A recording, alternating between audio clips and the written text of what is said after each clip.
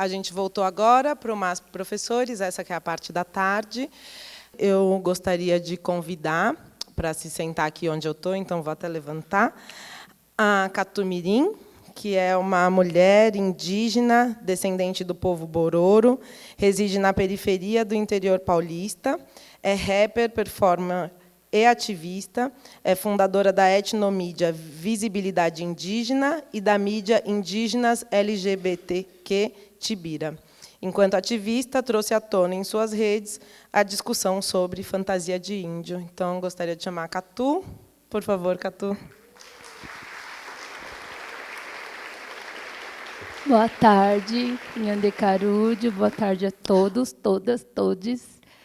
Primeiramente, eu quero agradecer o convite do MASP. É muito importante estar aqui falando diretamente com vocês, educadores, que é uma das coisas que eu mais faço na internet, é falar com o público, justamente o público que está aí de frente ensinando esses novos seres em âmbito escolar, né? Eu queria chamar aqui para falar, vou mediar aqui essa conversa, a minha parente maravilhosa, a Schiller Pancará, nascida em Pernambuco, mulher indígena do povo Pancará, pedagoga, mestre em educação pela PUC e doutoranda em antropologia da USP, eleita co-deputada estadual pela bancada ativista, é militante do movimento indígena, voltando especialmente aos temas de educação e território. Atuou durante 8 anos como coordenadora geral do Centro de Educação e Cultura Indígena Ceci do Povo Jaraguá. Neque.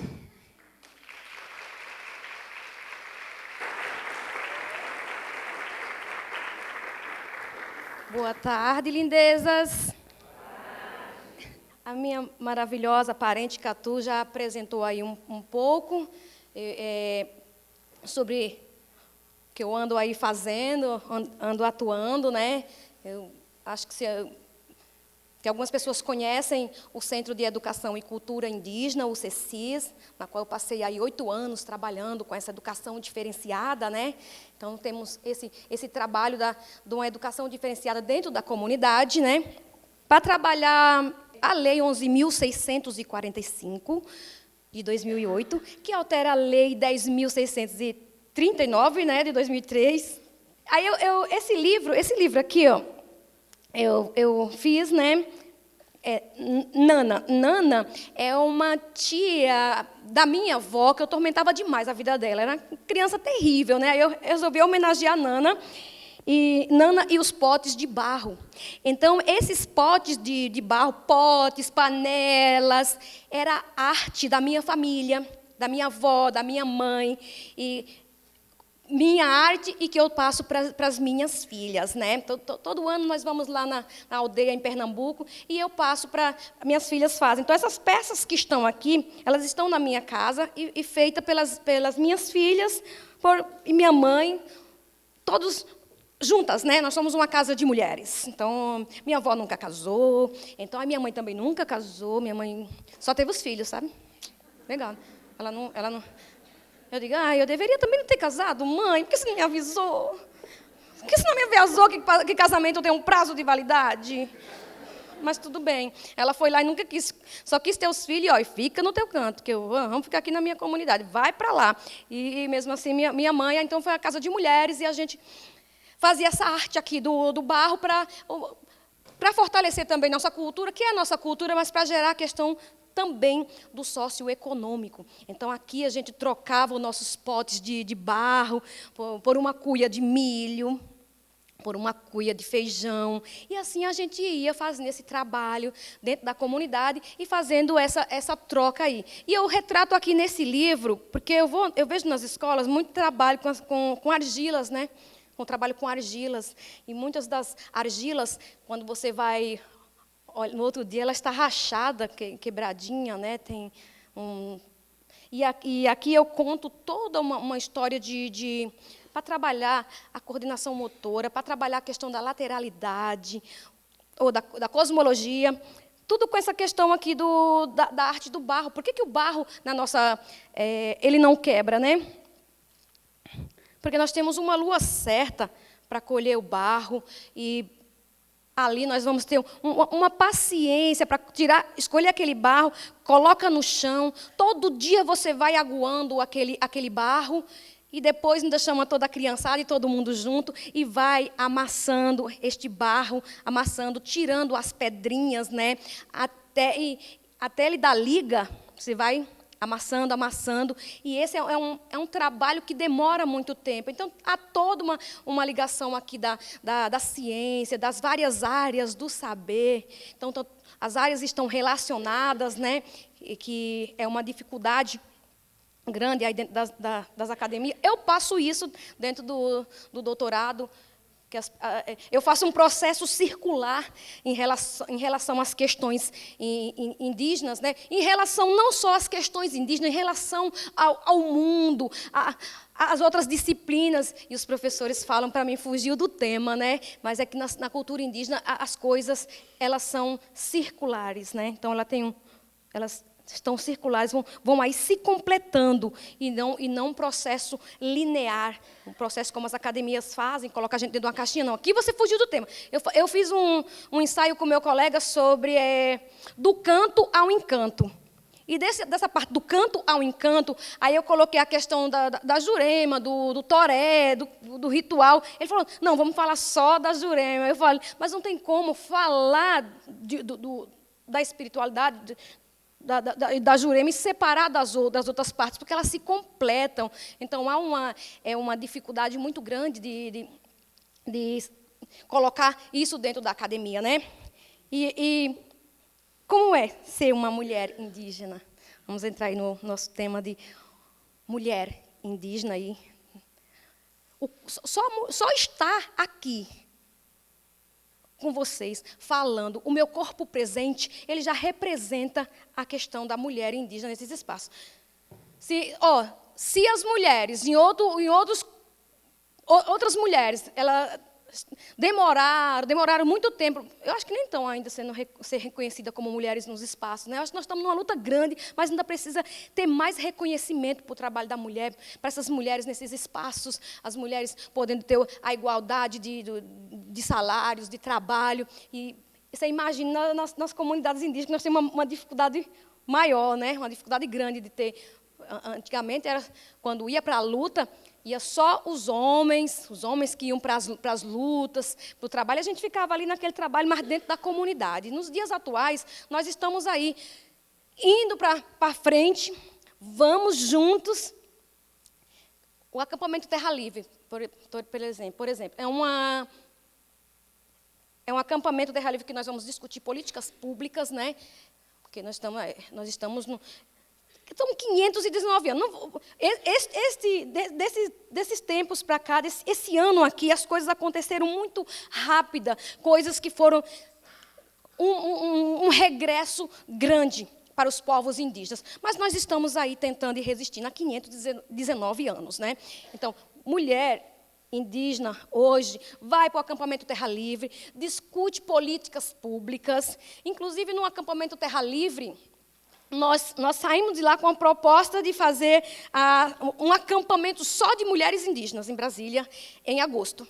Então, em agosto, nós vamos fazer um acampamento só de mulheres indígenas, que aí nós vamos juntar com a Marcha das Mulheres, a Marcha das Margaridas, né? Depois que vai discutir e reivindicar políticas públicas para as mulheres indígenas, nós vamos nos unir às mulheres da Marcha das Margaridas, né? Então, eu posso considerar que, a conta-gotas, bem devagarinho, as mulheres indígenas estão aí ocupando espaços, né? Eu sou a mulher indígena, a primeira mulher indígena, está naquele curso de doutorado em antropologia, numa única vaga que tem, né?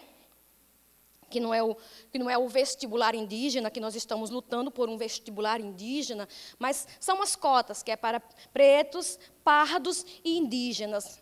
E eu entro nessa cota aí, que eles, pela quantidade de pessoas, eles definiram que só tinha direito a uma vaga para povos indígenas.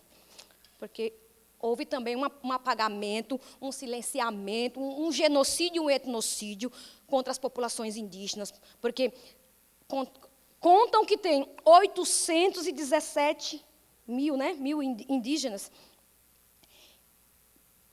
Mas eu discordo desses dados do IBGE, que aponta. Porque, por exemplo, o meu irmão, quando ele morreu, na certidão de óbito dele, ele foi colocado pardo, né? Então, ninguém perguntou, mas já colocou, ele é pardo. Então, na minha casa, a pesquisa não foi. Então, se não foi na minha casa, então, menos pessoas nessa pesquisa, né? E com isso, eu não sei se há um interesse, sempre houve neste país um interesse de apagamento das populações indígenas, né? E isso é visível, o Estado contra as populações indígenas. Até porque, quanto mais eu apago as populações indígenas, mais chances eles têm de tomar nossas terras, né? O maior interesse dessa luta que nós vivemos, povos indígenas, é pela questão das nossas terras, né? As terras que crescem os olhos aí do capitalismo, do agronegócio, desses grandes fazendeiros. E com isso, todos os dias é um ataque às populações indígenas e um ataque frequente, né? E a gente dorme com um problema e acorda com uns 3, 4 problemas, né? Então, nesse ano, nós tivemos grandes lutas aí, na questão da FUNAI, tira a FUNAI do Ministério da Justiça e colocam a FUNAI para o Ministério, vou trocar as palavras, mas vocês arrumem aí, tá bom para mim? Ministério dos Direitos Humanos, da Mulher e da Família. Não sei se eu acertei a sequência, mas eu só sei quem está lá, Damares. Esse nome é inesquecível. Vou sentar um pouquinho, tá, meus amiguinhos? Para eu levantar, é melhor ficar sentada, moço. Vamos sentar aqui um pouquinho, daqui a pouco eu levanto. Eu já fico doida para pisar um toré com vocês aí, porque aí eu piso um toré com vocês, aí vocês já aproveitam e ensinam para as crianças, né? A batida de pé, firmar o pé no chão, coordenação motora, lateralidade, noção de espaço, história, toda uma questão em uma única dança você pode ensinar para uma criança, né? Várias noções. Então, assim como as populações indígenas vê essa relação com a música, com a dança, com o espaço, com a comunidade, a gente coloca várias áreas do saber em uma única atividade, que às vezes eu observo que há uma dificuldade de compreensão. E falo por experiência própria em relação a estar dentro das universidades e saber que as pessoas me cortam, como eu já acabei de falar, né? Então, com a vontade de pisar um toré aqui para vocês, mas para animar, para a gente dar uma acordada aí nesse dia maravilhoso, né? Então, mas vou contar um pouquinho sobre os regressos, os retrocessos em relação aos direitos dos povos indígenas. E eu, como mulher indígena, aí à frente no mandato coletivo, a primeira mulher indígena a assumir a Assembleia Legislativa de São Paulo. É um mandato coletivo, estou com 8 pessoas, uma diversidade, mas é uma maravilha para que a gente possa aprender como é que essa diversidade, como que a diversidade me ajuda e como que eu ajudo essa diversidade, né? Porque voltar a 1500, se ficar aqui só os povos indígenas, não tem mais jeito. Então, vamos tentar, pelo menos, manter uma relação com o não indígena que seja favorável e respeitoso às populações indígenas, com menos trapaças e roubos e destruição às nossas populações, né? O que acontece com a gente. Então, só indo aí para vocês, das lutas que nós fizemos, nós estamos assim, cansados de lutar, porque a gente dorme, aí quando vê, eles já inventaram outra coisa. Aí colocaram para o Ministério tiraram do Ministério da Justiça, mas também no Ministério da Justiça ele não estava tão bem também não, né? Eita porcaria que estava. Nós estamos fritos. Gente, olha quem está no Ministério da Justiça. Aí tu tira e coloca com a Damares, vai colocar nós tudo vestidinha de cor-de-rosa. Lascou. Aí eu vou tirar a roupa, aí ela vai morrer, a pobre coitada, né? Ela vai surtar. E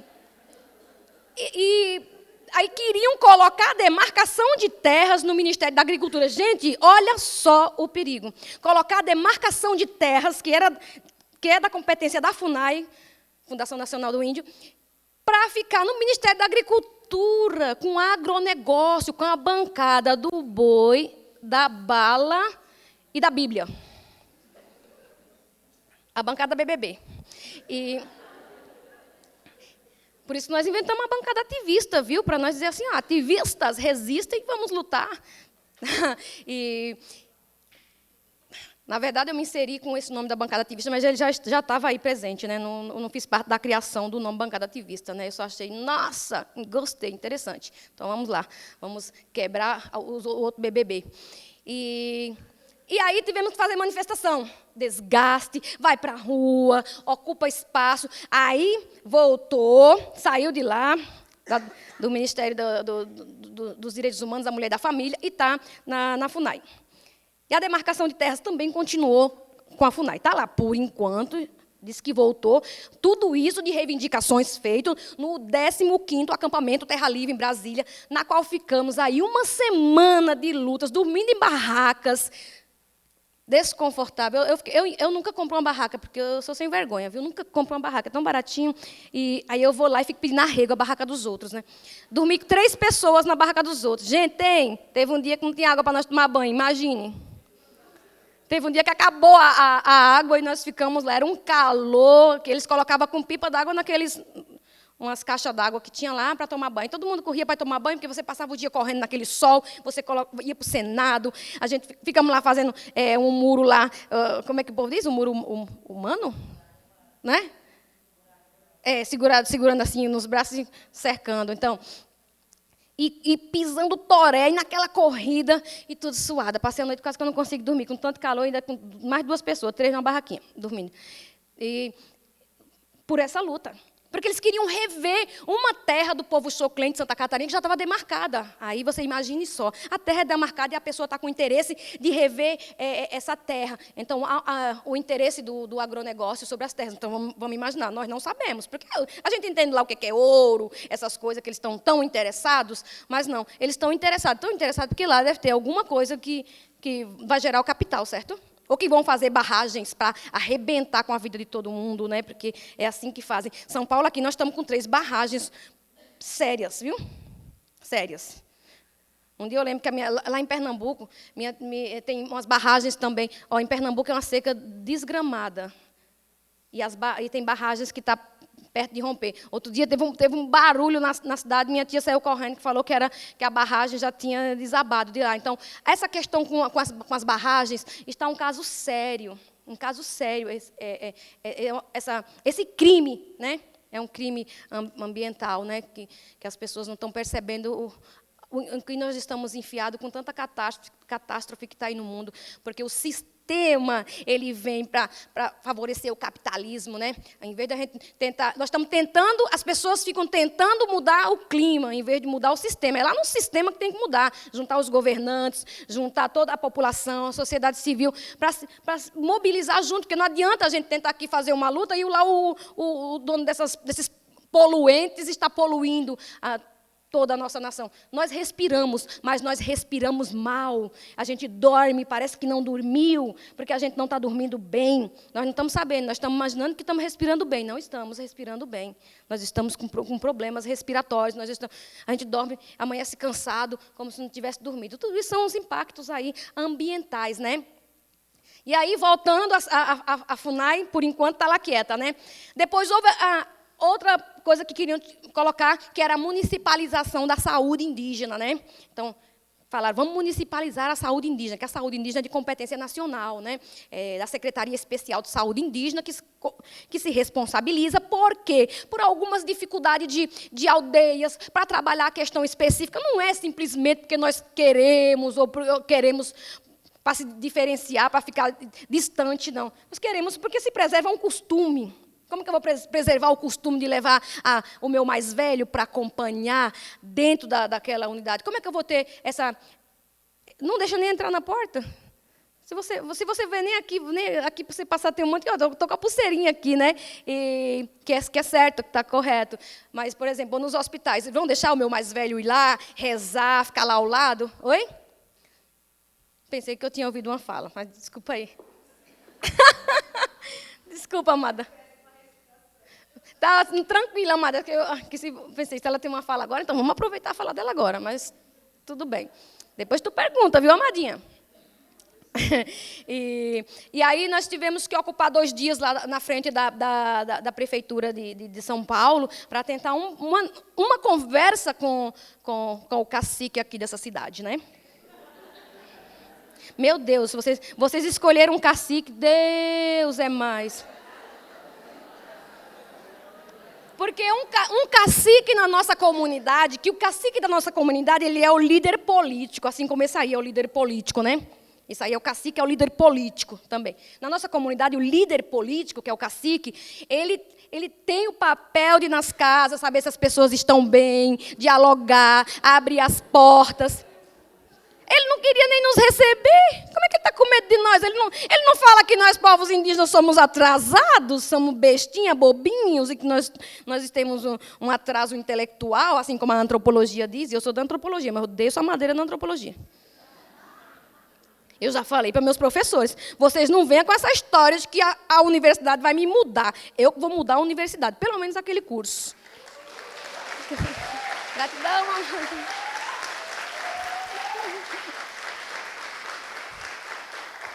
Senão não teria sentido para os povos indígenas, né? Então, não teria sentido para os povos indígenas se você luta, faz um espaço de resistência. Aquilo ali é um espaço de resistência para nós, povos indígenas. Porque estudar, fala sério, não é tão bom não, né, gente? A gente vai, porque, enfim... eu vou, achei querendo chutar o povo, quando lá perto assim, achei querendo chutar o povo. Aí eu falo para minha filha, ela fala, mãe, não quero ir para a escola. Vai, filha, é chato, é insuportável, mas vai, por favor. Vai, não vou mentir, eu vou mentir para minha filha, eu vou mentir para as pessoas, dizer que é bom, que eu adoro estar lá sentada 4 horas, olhando assim para aquelas teorias que traz assim, do arco da velha. E ainda na antropologia, que fala que nós somos bárbaros, que nós somos atrasados intelectualmente, né? A antropologia clássica traz isso, principalmente na evolucionista, né? Que classificava, a evolucionista classificava que, assim, dividia. Aqui é os atrasados, aqui são os brancos que são dotados de saber. Esses aí são os atrasados. Então, o evolucionismo dividia as pessoas nessa questão. Aí eu tretava com a professora, ela ficava brava comigo. Isso é antropologia clássica. Eu digo, não. Hoje existe, porque as pessoas vão nas nossas comunidades e nos tratam como atrasados. Então, por isso que a gente vai para esses espaços, briga e ocupa esses espaços para dizer estamos presentes, nós queremos nossos direitos garantidos e preservados. Sim, sabe por quê? Todo mundo critica quando nós vamos para as ruas para reivindicar e para cobrar direitos. Todo mundo. Agora faz uma cartinha e diz assim, senhor prefeito, você poderia me receber, eu e uma comissão? Vai que ele vai te receber, ele vai pegar aquele papel, ele vai colocar lá dentro e nunca que aquele papel vai aparecer. Sério, é isso. Se a gente fosse ouvido, se as pessoas nos ouvissem, a gente não precisava ir para as ruas. Se as pessoas não negassem os nossos direitos, não agissem com violência, com negligência, a gente não precisava ir para uma vida sofrida, passar uma semana no acampamento Terra Livre, sem ter nem lugar para tomar banho, passando dificuldade e fome. Gente, isso não é brincadeira, gente. Ir para as ruas, ocupar e reivindicar, isso não é brincadeira, isso não é baderna, gente. Isso é chato, é cansativo. Isso é sair da zona de conforto, você fica agarrado com as mochilas aqui o tempo inteiro, sem conseguir nem transitar no meio de uma manifestação. Né? A pessoa vai e diz que nós estamos fazendo bagunça, baderna, ou coisa e tal. Se você se atendesse à população de uma forma correta, a gente não saía do nosso cantinho. A gente ia ficar no nosso cantinho, pronto, estava resolvido. Mas não, tudo tem que ser com pressão. Então, por isso que a gente ocupa os espaços e reivindica políticas públicas. E nem vou dizer que a gente reivindica políticas, estamos reivindicando políticas públicas. Nós estamos pedindo que ele não tire o restinho de direitos que nós temos, né? Nós estamos aí com 13% das terras indígenas deste país. E aí ela vai lá e diz assim, a senadora, muita terra para pouco índio, os índios estão com muito espaço, e muita terra e tal, né? Nós estamos com 13%. E quem tinha 100% está com 13%. E hoje estamos aí, essa negação, esse apagamento dos nossos direitos, das populações indígenas, todas. Nós temos no país 305 povos indígenas, isso vocês sabiam, não é? Falante de mais de 200 línguas, não é isso? Gente, eu acho interessante um negócio. Espera aí. Deixa eu cruzar minha perninha para ficar chique. Deixa eu ficar chique. Dá para ouvir que horas eu estou falando com o microfone assim. Moço, eu estou ouvindo direitinho aí? Essa luz está assim, dando assim, ó. Eu estou aqui no meu rosto, não estou conseguindo nem ver. Está queimando aqui. E eu estou falando com o braço assim, que professor é terrível, né? Professor, eu falo com o corpo. Eu sou terrível para falar. Às vezes eu vou jogar daqui a pouco eu jogo o microfone lá na parede. Aí você... É coisa do professor, gente. Vocês são professora, mas eu faço isso. Eu converso com o corpo. O corpo fala. Já viram? Leram esse livro, O Corpo Fala? Então é isso. Então, o corpo fala e dentro lá do mandato coletivo, eu coloquei acessibilidade, já garanti lá acessibilidade e permanência dos povos indígenas na universidade, não é? Para que os povos indígenas possam ter esse acesso dentro da universidade. Mas agora eu vejo que há uma diferença entre esse da cota. Eu acho que a cota é 12 mil, né? 12 mil e alguma coisa, não sei quem estuda com cotas aqui, eu esqueci do número das cotas que é para pretos, pardos e indígenas. Acho que é 12 mil o número dessa cota, né? Que vai pela soma de quantas pessoas tem. Que saiu só uma para o doutorado, né? Uma para o doutorado e 2 para o mestrado lá na antropologia. E eu estou com outra luta que é a questão do vestibular indígena, como a Unicamp fez, que lá tem 70 estudantes indígenas, e lá eles vão fazendo, essa semana eles fizeram a culinária tradicional do povo tucano, né? Onde que é? Não vou nem falar, não posso falar mal da minha universidade, né? Então, espera aí. Vamos disfarçar, vamos mudar de assunto. Vamos falar de escola, então. Vamos falar essa relação, por exemplo, de falar da mulher, o meu trabalho que eu discuto, por exemplo, eu discuti com o Ceci, eu não discuti o Ceci exatamente um trabalho voltado para a mulher, porque a questão de gênero nas comunidades indígenas é uma questão de gênero, já está ali me apontando, a minha parente, ó. Ela está me apontando que eu estou... Relaxa, mas eu tenho que cantar um toré com esse meu povo maravilhoso. Vai apontando aí quanto tempo falta, que aí eu vou cantar um toré aqui para animar depois. E eu fiz sobre o Centro de Educação e Cultura Indígena, a minha dissertação, sobre a prática dos professores, né, a prática dos professores indígenas, dos educadores.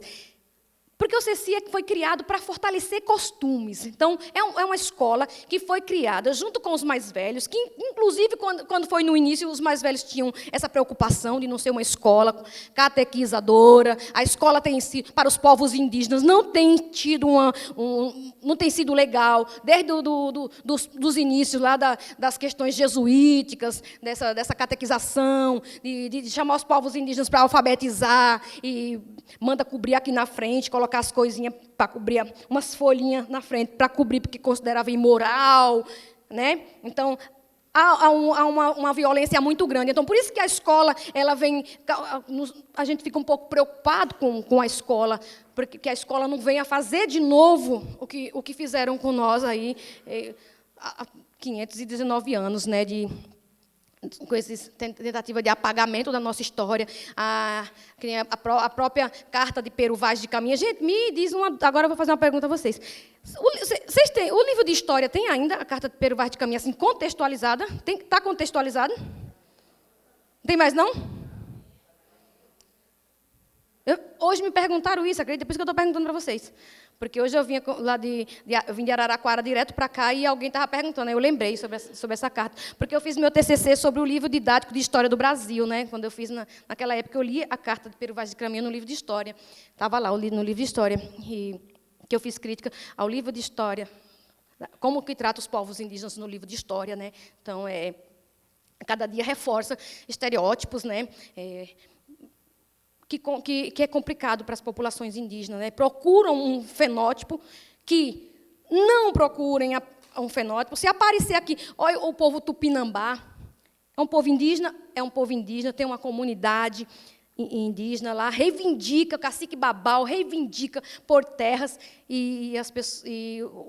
o juiz que estava comigo dando uma palestra lá em Araraquara, ele fez um livro, ele falou que as pessoas diziam, os jornais, isso aí é negro, já não é mais indígena, está tentando se autodeclarar, não sei o quê, fazendo questões pejorativas, porque também aquela terra lá na Bahia é uma terra do cacau, né? Então, a terra do cacau gera um interesse. E também, aí eu citei um exemplo também, de uma escola particular até que eu fui, eu explicando, falando tudo isso, desmistificando, desconstruindo o pensamento colonizador. Aí depois, no final, uma mulher, uma coordenadora, chegou para mim e ainda falou, e foi nesse ano, certo? Para não dizer que está assim atrasado. Eu pareço ser mais índia do que você. Eu digo, opa, então tudo bem, você é índia e eu sou indígena. Né? Achei péssimo, porque chega uma forma. Aí você vai chegar para uma criança, você vai chegar dentro da escola, tem uma criança dentro da sua sala, eu sou indígena, e você vira assim e diz, não, você não parece, eu sou mais indígena, igual essas pesquisas aí, quando vão na casa das pessoas, não parece, a pessoa tem um celular, a moça, minha parente ali é do rap, eu sempre confundo o rap com hip hop, né? Mas ela vai me ensinar, tá? Depois ela explica aí e me ensina. Ela vai cantar um hip hop para nós. Um hip hop. Eu vou falar os dois para não errar. Eu vou falar logo os dois. E você vê, as pessoas pensam isso, tem celular, ele tem celular. Eles criticam porque dizem que nós não estamos avançando com progresso. E quando a gente tenta estar numa universidade, pelo menos, ele que índio quer fazer nas universidades? Já quer nos remeter ao atraso para a gente ficar sem a informação, para continuarmos sendo tutelados. Então, falas que eu discordo, fala que, por exemplo, eu ouvi de muitas pessoas, inclusive, eu ouvi de alguns mais velhos, né, algumas pessoas tinham essa preocupação. É porque a universidade ela vem mesmo para formatar. Professores não gostam de ouvir um não. Ninguém gosta que você discorde. Eu vim para discordar. Eu não vim para aceitar ninguém, nada, porque se é para eu aceitar as coisas que as pessoas estão propondo para mim, que eu discordo, eu prefiro não ir. Eu prefiro não estar no lugar, porque eu não me vendo ao sistema. E a sistema nenhum. Qualquer sistema. Porque senão eu não tenho necessidade de ir para ser formatada ao sistema, para ficar no padrãozinho. Então, por isso que alguns mais velhos também têm preocupação de nós, povos indígenas, também estar nas universidades. Por quê? A universidade, os professores não querem que a gente discorde, não querem que a gente diga não querem que a gente ponha outra posição. Eu sei mais do que você e eu vou só depositar. Paulo Freire. Eu vou entrar no Paulo Freire um pouquinho aqui, só para eu contar, antes que acabe meu tempo. Aí eu fiz do CECI, né? Eu tentei usar o Paulo Freire. Paulo Freire não aceitaram muito eu colocar Paulo Freire no meu mestrado. Eu fiquei numa tristeza, tive que usar Frederic Barth, que trabalha a questão da fronteira étnica, que eu falei, é o único que está se aproximando aí do meu trabalho, a questão da fronteira étnica, até onde eu, como mulher indígena, posso ir e até onde eu devo voltar. Então, essa é uma fronteira que é além da geografia aí do espaço físico, né, que o Frederic Barth trabalha. E agora eu insisti a voltar no meu doutorado em antropologia com o olhar Paulo Freire, porque eu trabalho a educação de jovens e adultos numa escola dentro da comunidade. Então, eu quero analisar esses jovens e adultos dentro da comunidade, mas com o olhar Paulo Freire. Será que essas escolas também estão preparadas ou estão só reproduzindo um material didático que vem pronto? Nós estamos também trabalhando com a possibilidade de que daquele aluno já traz ali aqueles conhecimentos, até para que ele possa associar seu conhecimento. Por que eu não posso dar uma aula de educação física usando um toré ou um chondaro? Não é, minha parente? Quantas noções de lateralidade, de espaço tem, de áreas do saber, dança, arte. Eles dão cada pulo assim para dançar, que é a dança do chondaro, a dança dos meninos dos Guarani, né? Toré, nosso lado do povo do Nordeste. Quantas noções não tem aí para trabalhar? E quando você trabalha isso, a pessoa vai associar aquilo que você está trabalhando dentro da escola com o que ele traz de casa. E isso eu vou trabalhar dentro do meu doutorado, trazer o que ele tem de conhecimento, se está tendo, como que ele está se sentindo, porque é uma evasão grande, né? Eu tenho percebido uma evasão grande no ensino médio, nessa educação de jovens e adultos, não está só no ensino médio. E por que eles estão com essa dificuldade de ir para a escola? Porque há uma desmotivação. Então, eu quero entrar por esse caminho. Eu tenho uma preocupação, porque eu preciso ver, antes de morrer, os médicos indígenas, os advogados indígenas, os diretores de escola indígena. E eu preciso, e não é para tirar o outro, não é porque não quero a relação com o outro, não gosto do outro, não é. É porque eu quero dar protagonismo para os povos indígenas. Sabe o que é ser 519 anos sendo tutelados? Então, por isso que eu nem chego aqui a dizer primeiro sobre mulher indígena. Eu chego aqui para dizer primeiro sobre povos indígenas, que só levar o nome povo indígena já é o motivo de apagamento neste país. Então, quem sou eu? Se eu não sou nem povo, se as pessoas não me consideram nem povo indígena, primeiro me considere povo indígena, que aí eu vou me definindo ali no meio qual é o caminho que eu vou seguir e que nós vamos trilhar. Primeiro, eu tenho que mostrar para vocês que nós temos uma luta em relação à demarcação de terras, uma luta em relação à saúde específica e uma educação diferenciada para que depois eu possa encaminhar, apesar de que quando eu estou lutando por demarcação de terras, quando eu estou dentro da universidade, é o corpo marginalizado de uma mulher indígena que está ocupando ali. Então, este papel da mulher já está, mas está relacionado com várias áreas do saber. Porque quando uma pessoa indígena ocupa esses espaços para ir, veja que não tem muitos, né? Veja que não tem muitos povos indígenas indo para essas linhas de frente. Ainda estamos formando jovens, pessoas, para poder ocupar esses espaços de poder. Então, quando o indígena está ali para ir naqueles espaços, a gente aproveita para fazer várias lutas, para não deixar perder nenhuma. Então, a gente luta pela questão das mulheres, luta pela demarcação de terras, pela educação diferenciada, o respeito também com o trabalho com a Lei 11.645, que é uma coisa totalmente diferente da resolução de número 5, do referencial curricular nacional para as escolas indígenas, porque eu estou falando de uma educação diferenciada, e essa da escola que vocês estão é uma educação para respeito da presença indígena e não para trabalhar diferenciado, como na escola, que a gente pega um chondaro, e o chondaro ali já é uma atividade pedagógica. Vamos fazer um bodiapé, um tipá, um cavuré, e isso aí já é atividade pedagógica, uma culinária tradicional, diferente. Lá não vai atender, mas nós vamos, dentro da escola do não indígena, não vai atender fazer essas coisas, mas nós vamos atender que há uma diversidade, que os povos indígenas comem, que eles bebem, e que eles dormem. E não é, eles comiam, eles bebiam, eles dormiam, ou então, ele está no imaginário distante de nós. Ele está lá naquela aldeia do Amazonas, bem longe, bem longe, bem longe de nós. Não, ele está aqui. Ele está dentro da sua sala de aula, está na tua universidade, ele está presente, ele precisa existir, ele precisa ter um corpo físico dentro desses espaços que são negados para nós. Esses espaços são negados. Então, por isso que eu trago essa luta de colocar a presença indígena dentro desses espaços e dar um fortalecimento, sem esquecer que demarcação de terras é o primordial. Se eu vou falar de saúde da mulher, eu preciso da terra para falar disso. Se eu vou falar de educação, eu preciso da terra para falar disso. Sem terra, eu não tenho como nada disso. Eu não tenho nenhuma dessas outras coisas se não tiver uma legalização de terras. Então, é uma luta atual, é de 519 anos, né? Eu vou sempre estar lembrando que são 519 anos de etnocídio, de genocídio contra as populações indígenas, né? E nós trilhamos aí caminhos de lutas. Eu fico preocupada como é que eu vou dormir amanhã, o que é que vai acontecer, né? Então, lutas e muitas lutas. Lutas pelas nossas questões ambientais também. Nós estamos com muitos problemas nas questões ambientais. Quando descobrem que tem uma área ali nossa que... Se descobrirem que tem uma planta que cura alguma coisa, as pessoas já vão lá marcar e dizer: agora você não pode entrar nesse lugar, área de proteção ambiental. Porque separam o indígena do meio ambiente. Agora aqui é porque o homem é tão desobediente,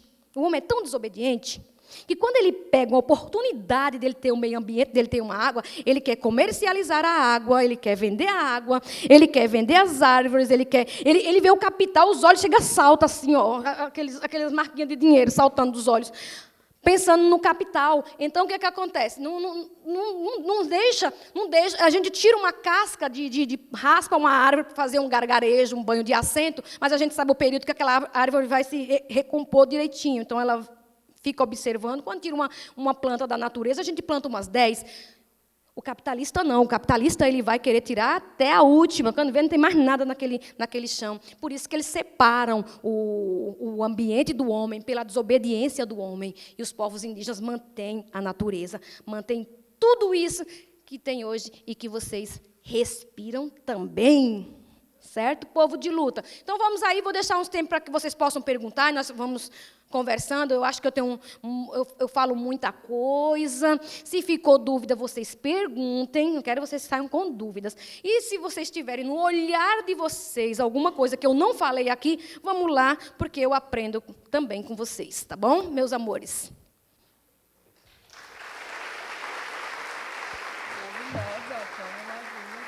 É muito importante, isso que a Schiller falou também está dentro da desconstrução de estereótipos que cerca nós indígenas. Essa interseccionalidade, como que a Schiller está aqui no seu papel de mulher indígena, falando sobre a luta da demarcação, e eu também tenho que falar que é importante também a luta de nós indígenas LGBT, e como que essas coisas estão relacionadas, como uma coisa, uma luta está falando de outra luta e as pessoas não percebem. Como que mesmo grupos sociais de luta, de resistência, movimento LGBT, propagandas inclusivas, dentro da escola, como ainda nós somos o tempo todo invisibilizados. Como as pessoas não falam, estão começando a falar, pouco ainda, né, sobre nós indígenas LGBT. Como que a comunidade LGBT não sabe que o primeiro gay morto no Brasil foi um indígena, Tibira? Como que as pessoas não sabem? Como que essas lutas estão atreladas? A luta do racismo é também a luta da orientação sexual, é também a luta de gênero, e essas coisas estão interligadas e levaram a gente a estar exatamente nesse momento político que estamos vivendo, nesse caos e nesse momento que, apesar de nós sabermos quem são as pessoas, quem são eles e de que lado eles estão, nós estamos começando agora a entender também quem nós somos. E estar nesse espaço aqui é muito importante também para falar para vocês, educadores, no momento de ter mais delicadeza para tratar de nós indígenas dentro da escola, principalmente no dia 19 de abril, que é o que nós, militantes indígenas, publicamos na internet em 2016. Não sei se algum de vocês chegaram a ver a página Visibilidade Indígena, nós publicamos um banner escrito: por favor, professores, 19 de abril, não coloquem mais a música da Xuxa, não coloquem mais o desenho lá, que tem um índiozinho com a franjinha com uma folhinha.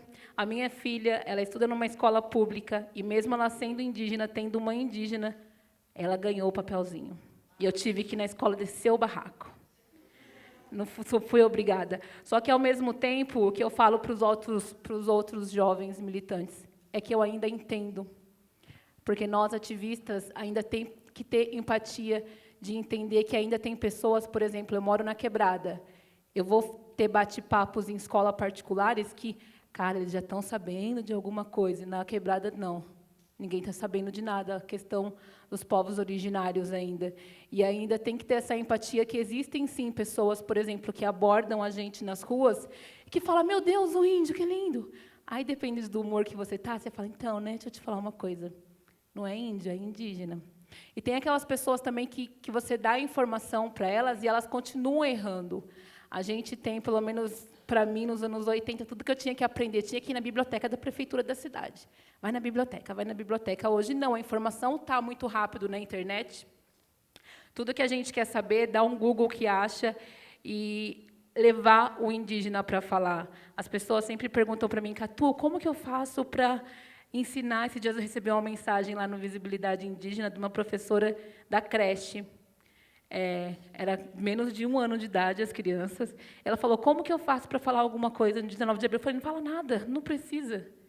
Tem ativistas que acham que sim, que desde aí, da criança da creche, já dá para colocar algum tipo de ensinamento. Eu acho que não, esse é um ponto meu. Não tem que falar do genocídio para um bebê, não tem que falar ainda de uma criança da creche sobre as nossas lutas e os nossos momentos, e sim a partir do ensino fundamental, sim.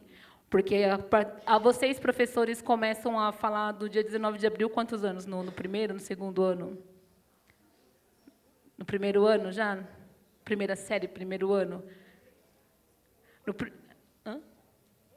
No primeiro já começa. Então, é sempre importante, o ano que vem, quando for 19 de abril, chuta o pau da barraca na escola, fala, eu não vou fazer, porque isso daí eu estou colaborando com o racismo, porque essas crianças que estão na escola, e chega lá e vê o desenho, e esse fenótipo, e essas coisas, ela me encontra na rua, ela fala, você não é indígena, porque minha professora não falou. Pode ter certeza que é que a minha filha fala, ela fala, minha professora falou que não. E vocês sabem essa responsabilidade e esse poder que o professor tem na mão. E eu acredito muito que vocês têm um poder, cara, que vocês que deveriam ganhar aquele salário que esses jogadores de futebol ganham, sabe? Vocês que têm esse poder na mão. Outra coisa também que eu quero falar para vocês é sobre essa quebra de regras aqui que aconteceu aqui agora, que nós não falamos ali.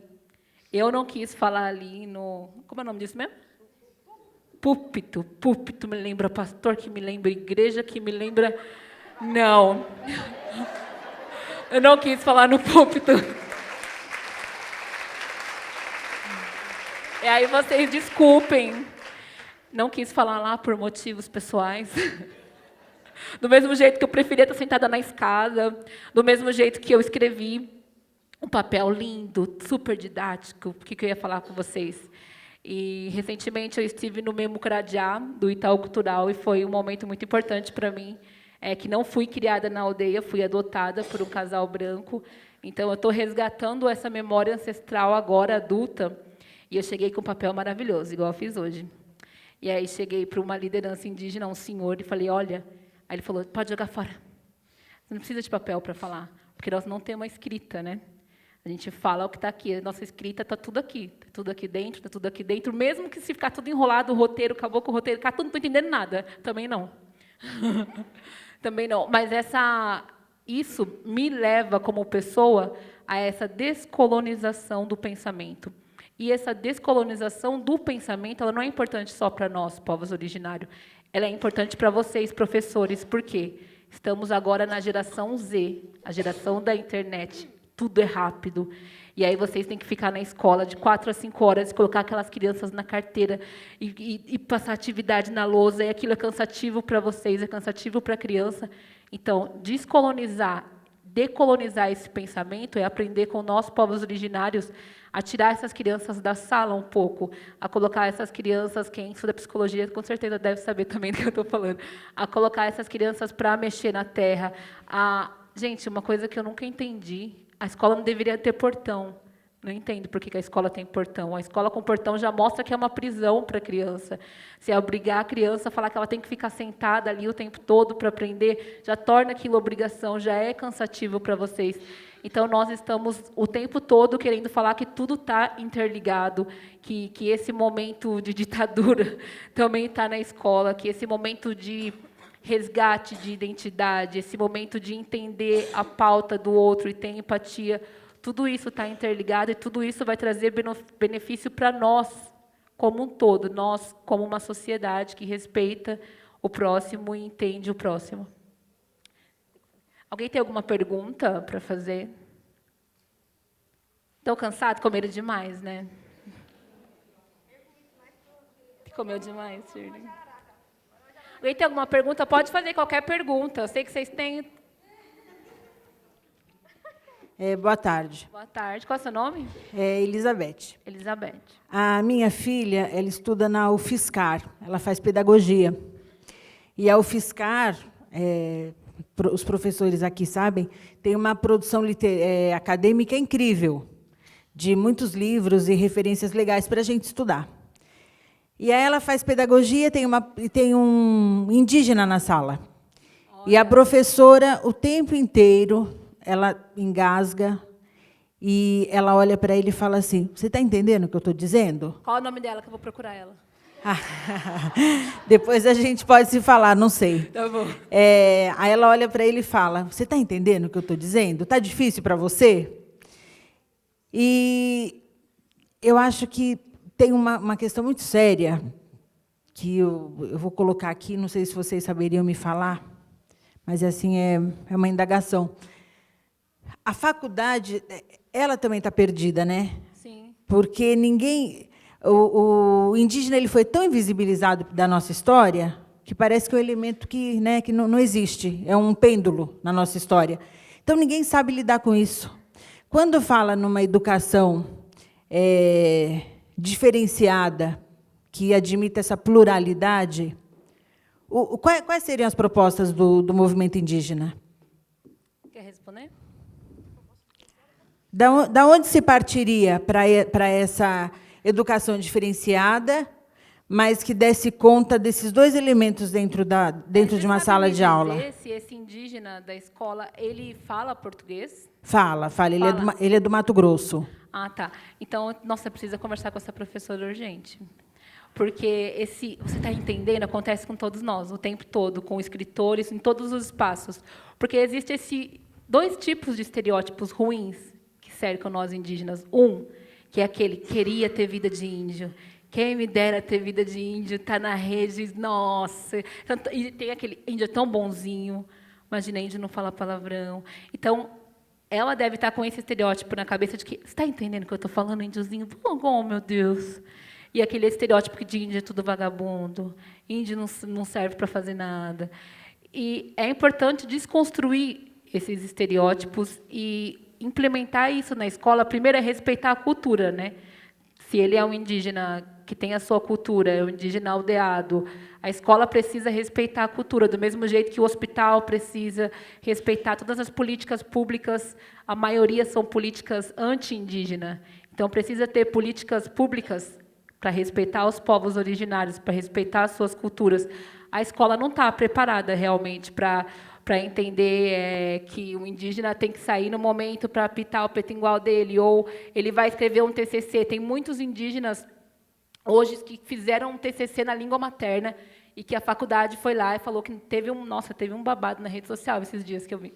Que a faculdade foi lá e falou que não aceita porque quem ia ver o TCC não ia entender nada da língua materna. Ele falou, o problema é seu, estou escrevendo na minha língua, não em português. Porque se o indígena for escrever em português um TCC, geralmente tem isso também, né, de que esse racismo, né, do mim. Ai, você está falando igual o índio, mim. Querendo dizer que nós não temos capacidade de aprender o português. Não, é porque nós falamos a nossa língua materna. Então, as escolas estão preparadas para um TCC na língua materna? Tem dentro da escola quem vai traduzir para o português? Então, realmente, é muito, muito trabalho pela frente, né, para poder respeitar o indígena com a sua cultura. Mais alguma? Sim. Obrigada, viu? Pessoal, boa tarde. Eu não tenho retorno. Está dando para ouvir? Tá? Eu me chamo Fernanda, eu sou professora de PLE, que é Português como Língua Estrangeira, na Universidade Federal do Amazonas. Sou aluna de graduação também, da mesma universidade. Não tenho nenhum aluno indígena na turma, o que é bem significante. E a minha pergunta é saber como os povos indígenas se articulam num país de uma extensão territorial tão grande quanto o Brasil. Como esses movimentos de integração acontecem? Então, o acampamento Terra Livre é um dos nossos maiores movimentos, que é organizado pela APIB, Articulação dos Povos Indígenas do Brasil. Em cada região tem uma representatividade. Tem, por exemplo, a POIME, que é a Articulação dos Povos Indígenas do Nordeste, e aí tem Minas, tem Espírito Santo, que aí se reúne todo mês, ali tem os conselheiros, e vão debater os problemas daquela região. Aqui nós temos a Comissão Guarani-Vorupá, nós temos o Conselho Estadual, nós temos a CAPISP, e aí aqui a gente junta, faz um grupo de discussão. Nós agora estamos com um grupo de mulheres, que a Catu, desde o primeiro encontro estadual de mulheres indígenas aqui em São Paulo, que a gente trabalha junto, né, Catu, nos trabalhos aí, né, sobre esse empoderamento das mulheres indígenas, e tudo a gente vai socializando ali junto, quais são os problemas, o que precisamos para aquela região, quais políticas públicas nós temos que avançar na coletividade. E aí tem, por exemplo, a COIAB, que é do Amazonas, aí vai junto, eles põem as coisas lá. Nós temos um grupo grande de WhatsApp que se chama o Grupo da Articulação do APIB, que é a Articulação dos Povos Indígenas do Brasil, que está na coordenação da Sônia Guajajara, né? E Ali vai todas as informações. A gente consegue coisas de etnias que eu nem sabia que existia. Eu só sei que tem 305. Ontem a mulher me falou uma etnia, eu fiquei assim, perguntei 2 vezes à mulher, ela, qual etnia? Eu falei, não, mas desculpa, parente, é porque eu não conheço essa etnia. Geralmente, todo mundo acha que nós sabemos de tudo sobre as questões, né? É justamente que vem, de novo, daquele estereótipo que de índio é tudo igual, né? E não é tudo igual. E aí a gente se une para discutir tudo isso no coletivo. Nós somos uma força que se une. Então, por isso que todo ano tem um acampamento Terra Livre, que a gente leva tudo o que está acontecendo durante aquele ano, os avanços, os retrocessos que aconteceu, essas instituições de cada lugar vão levando. Aqui também tem Arpim Sudeste, além dessas outras que eu citei, Arpim Sudeste, e tem, para o sul tem Arpim Sul, e assim a gente junta. Nós temos várias organizações grandes, fortes, que tem nome aí, que está dentro, e nós também temos nossas pequenas, que nem nós temos nosso das mulheres, só de mulheres, nós temos um grupo só de mulheres que a gente debate a educação, a saúde, se vamos para a manifestação, como nós vamos para a manifestação, tudo aqui nesse grupo de mulheres. Eu vou dar uma pincelada na pergunta da minha parente ali, que falou em relação às políticas públicas para povos indígenas. A UFSCar tem quantos anos? 12 anos que os indígenas estão naquele negócio, no coisa da UFSCar, não me lembro. Que eles têm um vestibular já indígena avançado, é até diferente desse que eu estou. Esse que eu estou lá é até um pouco mais de talvez eles perguntar mesmo, está entendendo? Mas esses outros lá, eles estão um pouco já mais avançados, porque eles estão em grupos maiores. Eles estão em grupo maior porque minha parente do meu povo, Pancará, se formou em medicina lá, e eu fui para aquela primeira... SBPC, eu não consigo dizer qual é o nome daquele evento, é SBPC, se não me engano, senão eu vou confundir com um inseticida lá. É o de apoio à ciência, sabe? Mas eu esqueço o nome, gente. Esse negócio de nome, esses nomezinhos aí me deixa doida. Vou me confundir com aquele que faz picha lá. SBPC, não sei, que negócio de fomento à ciência. Que todas as universidades vão apresentar suas coisas, vem todo... Então, eu fui no que teve na UFSCar. E tem vários parentes indígenas que estudam lá, né? Então, eles se encontram. Por exemplo, na Unicamp, eles têm até conselho de mulheres na Unicamp. Tem o Conselho das Mulheres Indígenas dentro da Unicamp, né? Acontece... Claro que acontece da pessoa perguntar para a gente, e às vezes eu até cheguei a reproduzir, vou até prestar atenção na minha fala, porque algumas vezes eu também cheguei a perguntar para as pessoas, você está me entendendo? Então, eu acho que talvez alguém foi me perguntando tanto isso, e eu não fui me ligando, e às vezes eu pergunto para as pessoas. Aí um dia eu perguntei para um parente meu, você está entendendo? Ele falou, você está achando que eu não estou entendendo o que você está falando? Está me chamando de burro? Aí eu falei, ixi, então o negócio não deu certo, então vamos lá mudar. Eu acho que é isso que vem colocando, e a gente acaba, porque eu também pergunto para as pessoas, você está me entendendo? Não é noção, nem foi a noção, nem tive pensamento. No meu ponto de vista, eu não quis diminuir a pessoa. Talvez seja esse negócio das pessoas já virem falando isso comigo, aí a gente vai fazendo automático, sem perceber. Mas que aí é proposital, talvez sim. Não vou dizer que sim, não vou dizer que não. Mas também tem conselhos e tudo. Se tiver, é só chamar o conselho, que o conselho vai lá dentro, o conselho de educação vai lá dentro, entra em contato. Se houve, de fato, um preconceito aí contra as populações indígenas, nós estamos aí. Inclusive, eu estou dentro de uma Assembleia Legislativa, não é para ficar só enchendo linguiça, é para também estar nesses espaços e ajudar os meus parentes, já que eu levo uma proposta também lá dentro da acessibilidade e permanência dos indígenas à universidade. Então, podemos... Outro dia saiu, rapidinho para dizer para vocês aqui, outro dia saiu uma informação para mim aqui em São Paulo, que os indígenas da Unicamp, viu, parente, para você ver aí, Catu, estavam passando fome e sem ter onde dormir. Aí eu já fiz uma loucura, uma viagem, e fui lá perguntar aos meninos, o que você está falando? Aí, entendeu? Teve algumas resistências, algumas tretas aí com os bolsominions, mas é porque juventude... A juventude é assim, o cara falou, o outro quis meter o braço também, né? Falou, a juventude tem um nervos a mil, né? O cara ficou tirando, como diz a juventude, ficou me tirando, então a gente... chama no braço, né? Aí, como acontece com qualquer população. O problema é que quando as coisas acontecem com as populações indígenas, vai para tudo que é jornal, que eles aprontaram, toda a juventude treta com a outra. A juventude tem os ânimos a mil. Então, o cara diz um negócio, a gente quer revidar. A gente não, vixe Maria, que coisa. Eu tenho 45 anos e estou colocando como juventude. Coitada. Tem mais uma pergunta ainda, e depois dessa pergunta nós vamos encerrar. Quantos minutos nós temos? É a última pergunta. Quantos minutos nós temos? 5. Boa tarde, eu me chamo Nayara, eu trabalho na área da saúde mental e, dentre a população que a gente atende a etnia Guarani MBA. Guarani Boa. E aí, um dos desafios que a gente tem lá, que eu gostaria que vocês pudessem compor com o que vocês vão vendo na trajetória, por onde vocês passam dos outros territórios, outros estados, é que chegam muitos adolescentes com questão de uso de substância, em situações assim de muito riscos, e o quanto isso vai atravessando a cultura do Juruá, né, com a cultura indígena. Então, muitas das vezes a gente vê que a rede, principalmente o próprio Conselho Tutelar, tem essa dificuldade de como, para que lado que a gente atua, se a lei ela serve também para os indígenas, e o quanto isso vai fragilizando essas ações. Mas o que fica muito assim me questionando na prática do dia a dia e da minha equipe é por que tem aumentado tanto o uso de substâncias dentro da população indígena.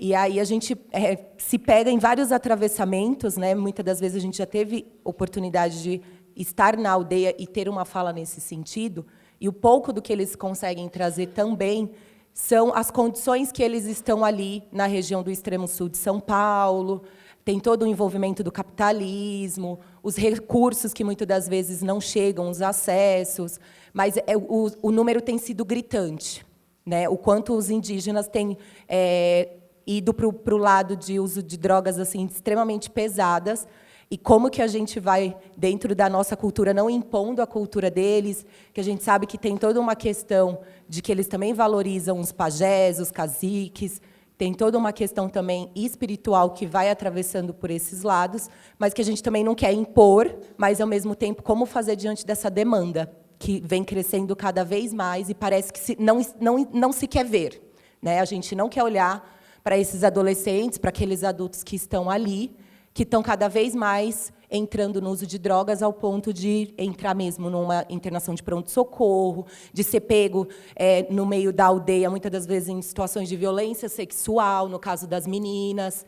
Então, quando eu falo da substância, ela só é um ponto ali, mas ela vai colocando a população indígena em extremos riscos dentro e fora da aldeia. Né? Então, eu queria que vocês, de repente, se vocês souberem alguma coisa, poder falar um pouquinho disso. A droga, a violência, o racismo, a homofobia, a transfobia, tudo isso chegou desde que o Brasil foi invadido.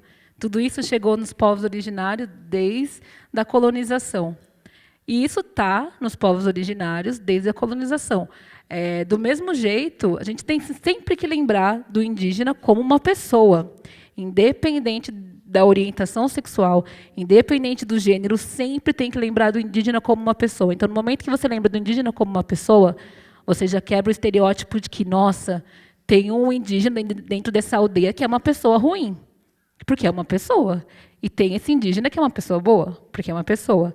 O que acontece, hoje em dia, esse aumento de drogas dentro das aldeias tem a ver com tudo isso, desses 519 anos de resistência. Você imagina como que é para a cabeça dos nossos jovens brancos, de classe média hoje, com essa informação, com essa tecnologia, com essa geração Z, esse consumo. Essa parte das drogas, dos jovens aldeados, é uma coisa que eu sempre estou ali conversando com eles sobre isso. E é uma coisa que o não indígena não vai... Eu sinto muito, mas é uma verdade, a verdade precisa ser dita. O não indígena não vai chegar numa aldeia e tentar resgatar um jovem, por exemplo, com a sua Bíblia. Vai chegar na aldeia com a sua Bíblia e falar: olha, você está assim porque Deus sabe. Não, o não indígena não vai conseguir entrar na aldeia, até mesmo com o teatro, com a arte, e falar para esse jovem que já é usuário: olha, não, eu sou indígena e já tenho dificuldade para conversar com esses jovens que estão assim. Tudo demora para você criar intimidade. E aí eu vou lá e falo para eles a questão do porquê. As pessoas perguntam por que esses jovens indígenas estão usando droga agora. Já viram a aldeia de Jaraguá? Quantos aqui conhecem a aldeia de Jaraguá? Quantos já foram lá? Agora, você imagina você saber que O Estado cortou a sua aldeia e ainda colocou o nome de Bandeirantes. Você imagina você estar ali fora e passar uns carros do ano falando que aquilo não é mais aldeia, que é uma favela. Você imagina você falar Guarani e ir para São Paulo procurar um emprego e ter o seu português, abre aspas, falado de forma errada e ser chamado de porco, de índio. Você imagina essa pessoa que tem na sua cultura que terra não é sujeira. Para a gente, terra não é sujeira. Aparecer no trabalho com a roupa de terra e falar, o cara não toma banho. Você imagina como que é esse jovem pegar o celular e acompanhar um youtuber que só fala o tempo todo de comprar e de ter e de viagem, e ele olha para o lado e vê que a realidade não é aquela, que o governo não demarcou terra, que a escola ainda fala do índiozinho, e você imagina como que é. E você imagina que o tempo todo sua cultura é ameaçada e ele se afasta, como todo jovem, assim como os jovens brancos se afastam da sua família e se reclusam, o jovem indígena também se afasta da sua família e se afasta da parte espiritual. Nós chamamos casa de reza, né, em Jaraguá, então ele se afasta. É muita informação. Se a gente vê que essa geração Z, que tudo isso que acontece na parte política, que isso de homofobia afeta todo mundo que está fora da aldeia, imagina para um jovem indígena que está ali lutando com a sua família para ter terra, que está ali lutando para que a sociedade o reconheça primeiro como uma pessoa, porque ele ainda não é reconhecido nem como pessoa, que é o que eu falo. Quando eu vou num espaço para falar o que é ser indígena, de gênero fluido, o que é... Calma, a pessoa precisa me reconhecer primeiro como indígena, não me reconhece nem como indígena. Como que eu vou falar da demarcação, como que eu vou chegar no espaço e falar da transfobia, se as pessoas... Eu tenho que ficar o tempo todo falando, gente, o beabá é muito cansativo para a gente. Está em 2019, e toda vez que eu vou falar, eu tenho que falar, não é índio, é indígena. Por que nem? Não é tribo, é aldeia. E o debate no movimento indígena está sempre... Primeiro, a gente tem que ter essa introdução sempre. Então, essa droga dentro da aldeia, ela foi trazida pelo processo de colonização. Ela está sendo trazida por esse governo todo. Existem até gente que faz parte do governo que vai lá e pega um menino e coloca a droga na mão dele. E, às vezes, eles falam, usa aí que você vai ficar de boa, que você vai encontrar uma vibe. Usa aí, e tudo isso ligado juntamente com a política, é coisa que as pessoas nem ficam sabendo. E aí esses jovens que estão nesse momento frágil, que estão nesse momento que a resistência há mais de 500 anos, é muito fácil se deixar levar. E aí o que eu falo, eles vão demorar muito para se abrir. O não indígena que quer entrar na aldeia para ajudar esses jovens através da arte, por favor, nunca através da crença. Jamais entrem numa aldeia com a sua crença, independente de você do candomblé, não, nunca entre na aldeia para falar da sua religião, nunca entre na aldeia para falar de feminismo, porque a gente está falando de uma cultura. Toda vez que vocês pisam na aldeia, é como se pisassem em outro país.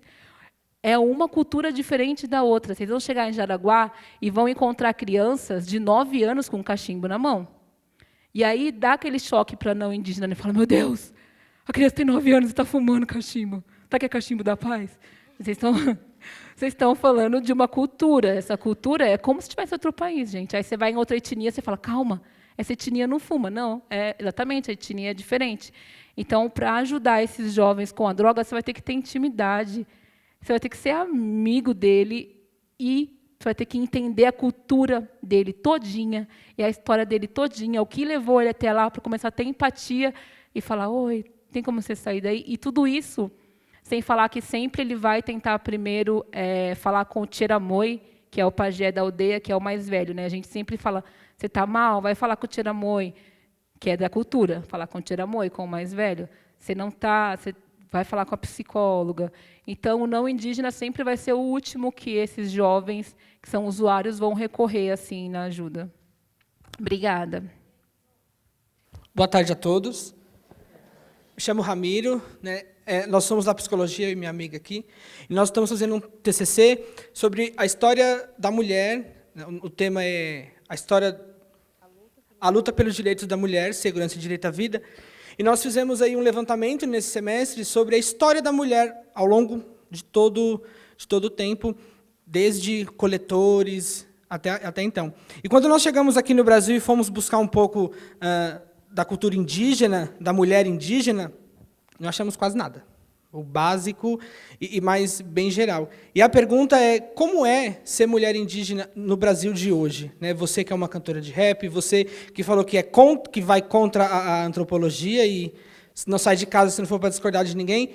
E como é ser mulher hoje, nesse Brasil de hoje? Já temos o histórico da mulher, do quanto a mulher sofreu ao longo do tempo, e temos toda essa questão que você trouxe da cultura indígena. Então, como é essa questão hoje no Brasil, para você que é uma ativista, cantora e tudo mais, como você vê essa questão hoje da mulher indígena no Brasil? Muito obrigado. Obrigada, viu? Como é ser uma ativista, é aquilo que eu falei para vocês, pelo seguinte, de poucas pessoas estarem aí à linha de frente, e agora que nós estamos surgindo mulheres para fazer parte dos movimentos. E aí, o que acontece? Quando a gente vai para o movimento, eu acho que você já viu, por exemplo, você já viu o nome da Sônia Guajajara, já tem aqui a da Catu, acho que já viu a Chile, já viu da Joênia Wapichana, já viu. Esses são os movimentos de mulheres que nós estamos fazendo parte. Nós levamos na nossa vida um movimento de mulheres, mas no movimento de mulheres, nós temos um movimento que tem uma semelhança com o que a Julieta Paredes trabalha, que é a questão do feminismo comunitário, né, que ela fala? Isso, feminismo comunitário. Que é a questão de que nós trabalhamos em pé de igualdade, né? Então a gente vai para o acampamento Terra Livre, nós queremos mulheres estar no acampamento Terra Livre, mas não queremos dizer assim, fique lá, homem, que nós vamos sozinhas. Sim, agora nós vamos sozinhas para a Marcha das Mulheres Indígenas, porque nós vamos traçar umas propostas e sair do acampamento Terra Livre. Então nós estamos ocupando esses espaços. Agora surgiu aqui a mulher rap, tem outra menina também que está no hip hop, é rap, que eu me confundo. É rap mesmo. Também, fala, né? Rap. Já perguntei 10 vezes, né, gente? A véia tá véia. E aí, está surgindo as mulheres indígenas. É porque não tem, talvez você sinta a falta de dizer assim, tem um trabalho específico com o nome assim, a mulher indígena no espaço poder. Mas, por exemplo, as mulheres xinguana têm uma associação lá, e Aracumã, não sei como é o nome, que elas fazem coisas maravilhosas aí no país. Tem vários conselhos de mulheres indígenas expostos. Tem o Grumim, da Eliana Potiguara, tem outro conselho das mulheres indígenas também. Tem da Coiaba, que tem uma parte das mulheres indígenas. Então, nós temos essas coisas. Eu acho que o que falta é divulgação disso, E quando a gente vai fazer um trabalho sobre as populações indígenas, por exemplo, a gente quer pegar tudo de uma vez. Então, eu quero ver a escola, como é que o Estado está, a relação do Estado com a escola, como é que está a escola, como é que está a juventude lá dentro. E aí acaba não colocando só uma coisa só. Porque são muitas críticas para ser feita em relação, como eu te falei, primeiro eu tenho que existir como povo indígena, para depois eu existir como mulher indígena. Eu preciso sair do silenciamento que me colocaram, do apagamento, para depois eu colocar. E isso nós estamos tentando agora. As mulheres estão reunidas agora e se fortalecendo. É novo, tanto como a educação dentro das comunidades, também é nova, porque eu posso dizer, 20 anos é novo, que é para a vista de quantos anos as pessoas estão aí, de não sei que década, estudando, nós estamos agora tendo. Então, de 10 anos para cá, de 20 anos para cá, que as mulheres estão ocupando alguns espaços. Então, por isso que dá esse vazio aí quando você procura. Eu acho que, para responder a sua pergunta, eu vou ter que falar uma coisa que a gente não vai poder, gente. Não perguntem, não vai ter tempo. Mas, para mim, a luta como mulher indígena, primeiro, a gente fala de um povo. Segundo, eu não sou só mulher, eu sou gênero fluido. E como que isso, porque isso entra na pauta de transgênero, né? A pauta do transgênero, que é a pauta transgênero do branco, né? do não indígena, é diferente da nossa pauta como transgênero, como Two Spirit. Não sei se vocês já ouviram falar em Two Spirit. Já que, como eu disse, eu ia falar, mas não tem como a gente estender isso. Então, existem o jeito que a sociedade me enxerga como mulher, por causa do meu sexo biológico, existem a minha expressão de gênero e existe o que eu sou. Eu não sou só mulher. Eu sou uma pessoa de gênero fluido. Mas eu entendi a sua pergunta, mas eu fiz questão de ressaltar isso, por quê? Porque vocês podem ver eu falando, a Catu está falando como é ser mulher indígena, chegar no meu Instagram e ver que eu sou gênero fluido, que eu sou trans também. Porque nós, essa coisa de colonização, infelizmente, hoje em dia, a gente tem essa coisa de colocar rótulos e tudo, porque a gente quer ser agora... Gente, nós estamos no agora, nós estamos no presente, no momento hoje você quer ficar com homem, hoje você quer ficar com mulher. É um problema... Esses padrõezinhos da colonização não cercam a gente, né? Então, para nós, povos originários, para nós que nunca tivemos essa homofobia, essa transfobia que veio com o processo da igreja, eu tenho que firmar aqui e falar no momento, eu tenho que falar para vocês que eu sou uma pessoa trans, que eu sou gênero fluido, porque isso eu trago visibilidade para esses outros indígenas que também morrem por serem indígenas, porque eles falam, não basta ser índio, tem que ser viado. Não basta ser índio, tem que ser sapatão. Então, essas coisas estão todas interligadas. Do mesmo jeito que você falou que não encontrou nada sobre a mulher indígena, se você procurar sobre trans indígena. A nossa página Tibira no Instagram, procurem, por favor, indígenas LGBT. Lá tem todos os indígenas que estão mandando foto, que são indígenas do Brasil e da América do Norte, do Canadá.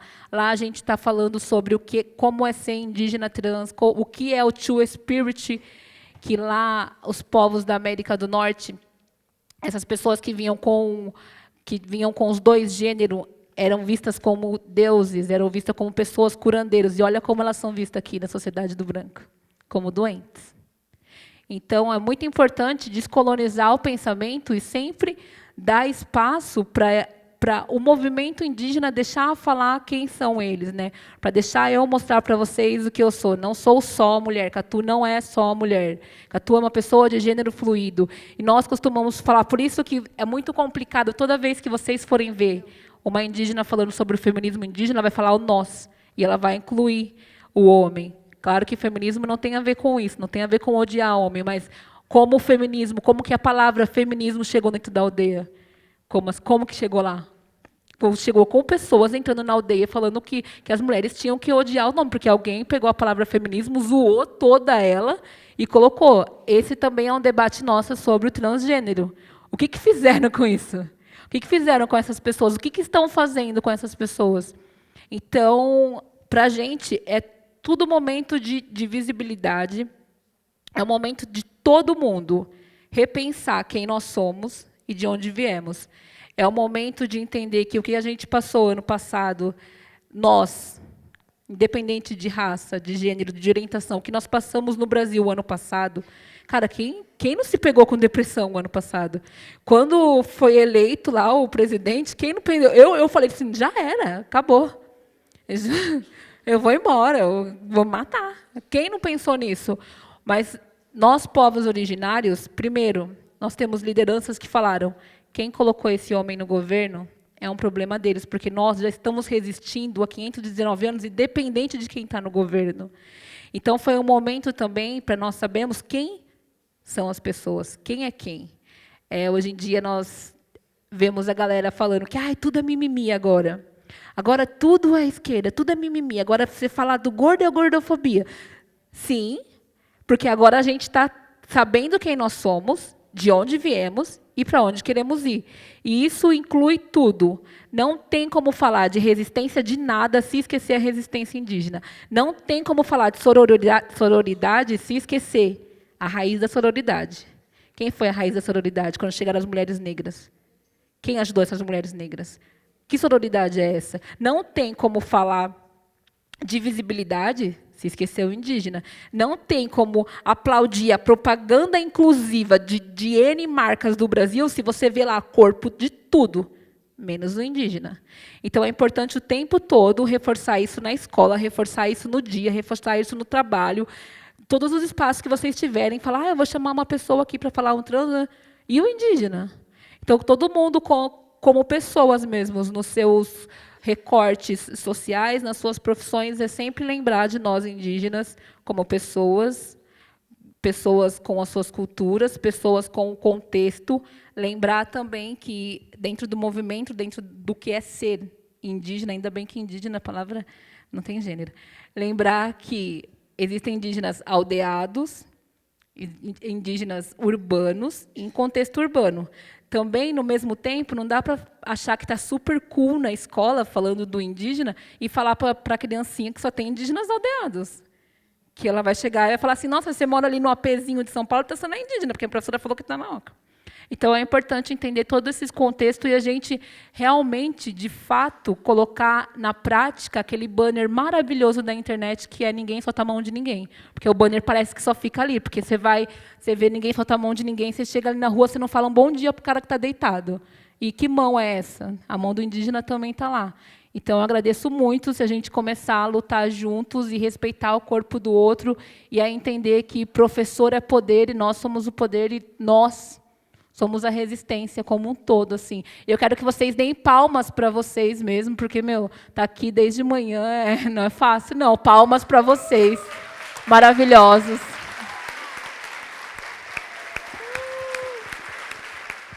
Eu espero que um dia esse Estado consiga valorizar os professores. E, o professor é tudo, gente. Professor é de amor para a gente.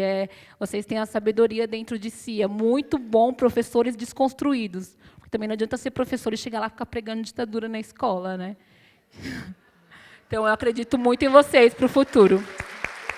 Agudiauete. Acabou? Vai acabar com o Toré? Dá licença, eu vim aqui te apresentar a verdadeira história que eles tentam camuflar. Brasil tem genocídio, dor, massacre, escravidão, mas isso nunca aparece na sua televisão. Com arma na mão e cruz no pescoço. Mataram mais de 1000 parentes lá no Mato Grosso. Absurdo, é dono da terra, ter que lutar por demarcação. E os ratos chamam isso de grande evolução. A luta é constante e a cara sempre pintada. Chega de sofrer, ficar na beira de estrada. Meu grito ecoará, arrebentará a sua janela. Meu sangue é meu orgulho, não é sua aquarela. Então fora, bancada evangélica. Então fora, ruralistas. Então, fora os racistas. Então, fora Bolsonaro. Aê!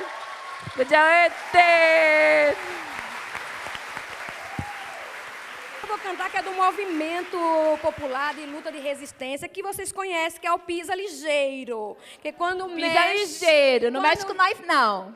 Quando mexe com nós, não. Senão nós, ó... Bate pé. Acompanha com o pé. Pisa ligeiro, quem não pode com a formiga não assanha o formigueiro. Pisa ligeiro, quem não pode com a formiga não assanha o formigueiro. Quem não pode com a formiga não assanha o formigueiro. Bem altão que vocês comeram. E quem não pode com a formiga? Adorei. Vocês fazem isso com as crianças, eu sei. Então, eu falo com vocês. Então, de novo, crianças. De novo. Que vocês não cantaram alto. Pisa ligeiro, quem não pode com a formiga não assanha o formigueiro. Pisa ligeiro, quem não pode com a formiga não assanha o formigueiro. Quem não pode com a formiga não assanha o formigueiro. E quem não pode com a formiga não assanha o formigueiro. E quem não pode com os indígenas não tome a terra deles.